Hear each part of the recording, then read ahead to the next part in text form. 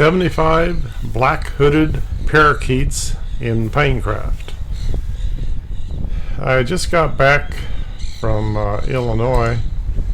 I've spent the summer up in Arthur, Illinois, hanging around Pinecraft the last few days, and I noticed these green parrots flying all over the place. So today I got a good chance to sneak up on them.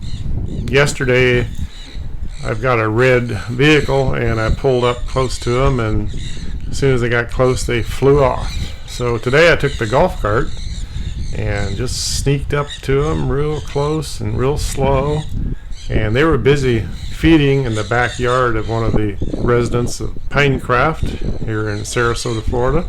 So these parakeets, apparently the story is that they escaped from jungle gardens back in the 20s during a hurricane, but they're more likely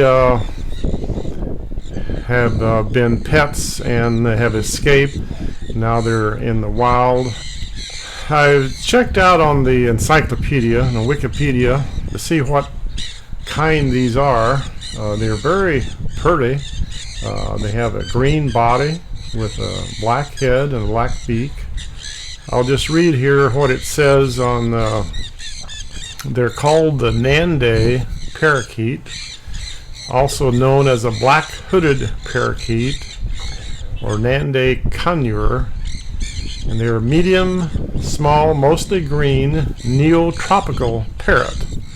The bird is native to South America, and they're from southeast Bolivia to southwest Brazil, central Paraguay, and northern Argentina, from the region known as the Pantanal.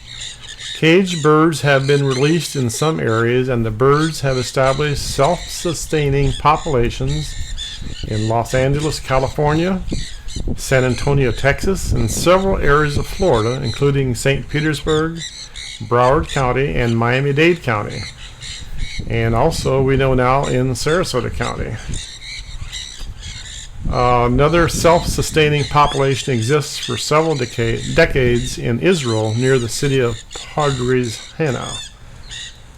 The Nande parakeet was a member of the monotypic genus, one of approximately 16 parrots of the tribe Erini, which includes the conures and the macaws. However, evidence shows that it is positioned in one of the four groups. I won't bore you with all these details here.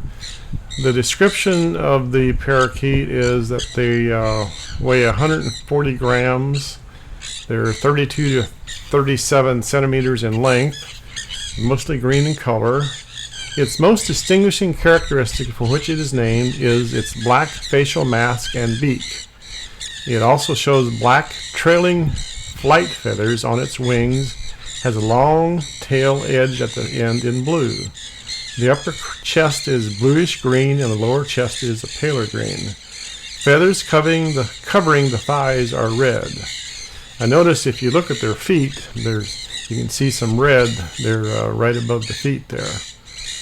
Foods and feeding. The birds feed on seeds, fruit, palm nuts, berries, flowers, and buds. Feral birds will also come to bird feeders, which we can see here. Wild birds primarily use scrub forest and forest clearings around settlements. It frequents open savanna, pastures, and stockyards in South America, where it is considered a pest in some areas.